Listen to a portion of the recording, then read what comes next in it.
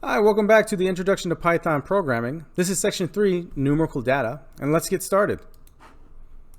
The lesson objectives for this video include understanding literal integers, numerical operations, base use, integer size, floats and math functions, and then of course at that last bullet point we have our commit, which is related to the Git version control system. We're going to pull that commit so that we can get the resources related to this lesson when we move into the lab environment. Integer literals and numerical operations. Literal integers are numbers that are typed directly into code with no variable or label. Now you will want to limit how often you do this. There are exceptions, but you definitely don't want to be typing the same number in 50 different places in your code that you later end up having to change, and then you have to remember those 50 different places and you have to go back and change all those numbers. If you use a variable and you declare that at the top of your code, then you'll only have one place to change it at. Literal rules. You cannot prefix with a 0, and you cannot place commas in the number to make it more readable. Python does have a way for you to make numbers more readable. You can use the underscore instead of a comma. And there's no special place where you have to put the underscore. You can put it anywhere as often through the number as you like. Integer operations. Expected operations are easy to use. Addition, subtraction, etc. If we take 5 plus 8, we get 13. 90 minus 10 is 80. These operations work the way that we expect them. There's no special way to implement them. You just put a plus b and you'll get an answer.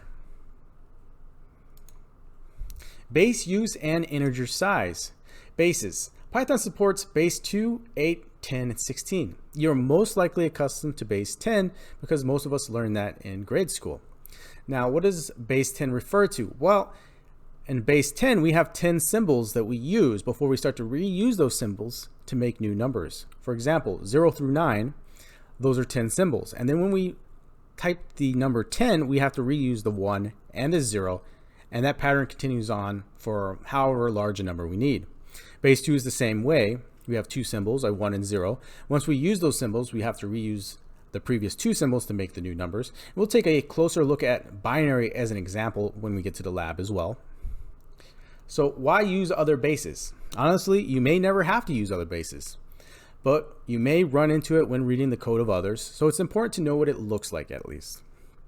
Integer size, Python 2.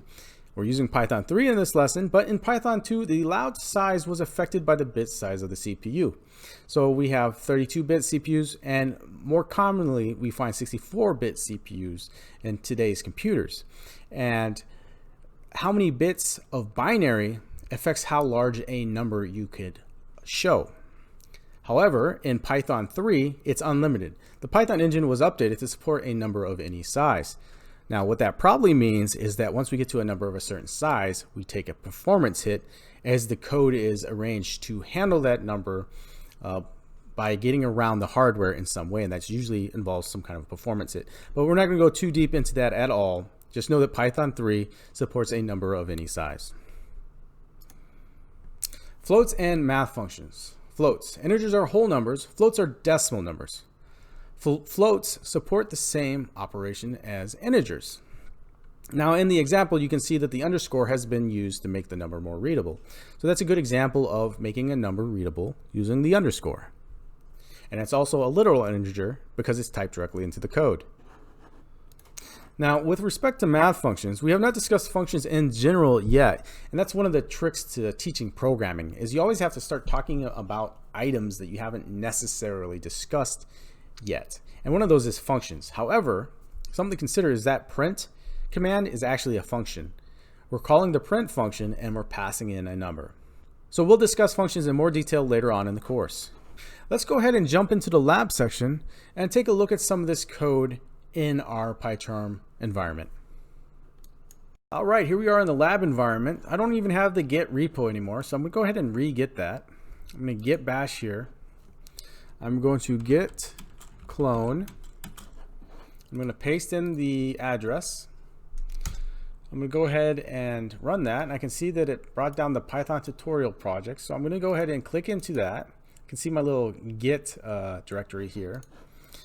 And I'm gonna cd, which change directory, type in the directory name or start. I'm gonna hit tab to finish it, and then I'm going to hit enter. And then I'm going to say git checkout. And now I need to type out the commit number. And the commit number is 00D3FE. I'm going to go ahead and run that. It says it's switching, and now we can see that we have section 3. But let's go ahead and take a look at the cheat sheet real quickly. This will be available for some additional information on the section. All right. And let's take a look at the exercises. All right, section 3 questions. Task 1, what is the max integer size for Python 3? What occurs if you exceed the max size?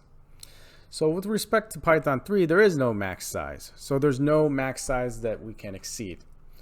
In Python 2 and some other programming languages, if you exceed the max size allowed for a number, what will happen is you'll have an overflow, which means the bits that go over that limit get truncated off and a new number is created from whatever remains, or whatever number is formed from the remaining bits.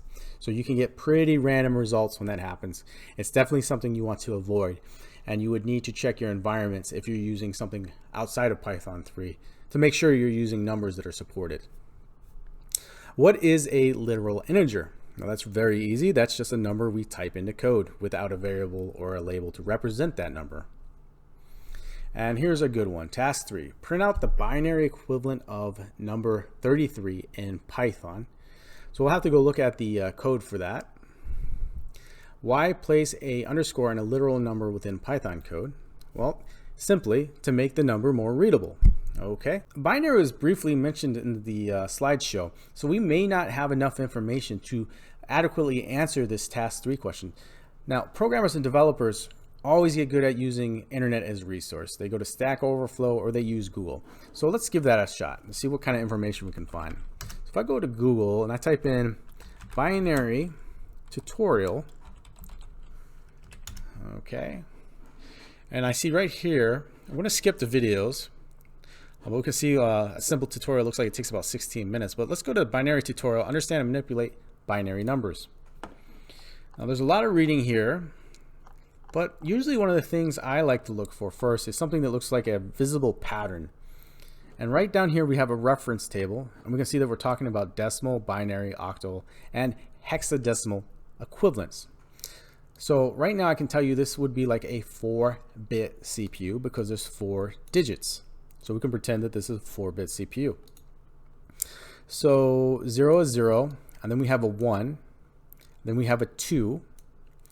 So this is 1, 2, 4, 8. So they all count up like that.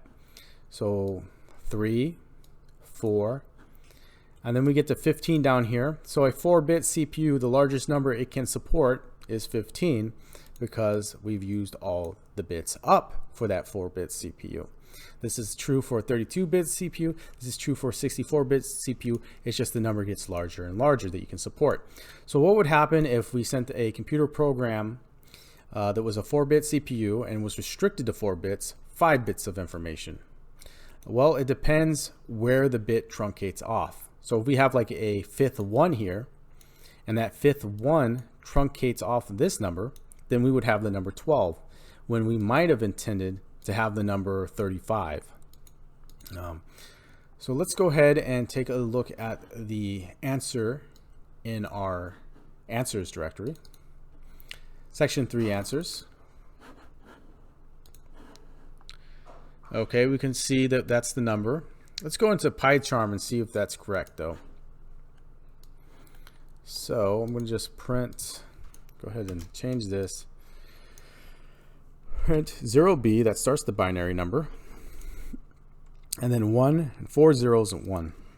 1, 1, 2, 3, 4, 1. Let's go ahead and print that. 33. And the question was to print 33. I believe, right? Yep, 33.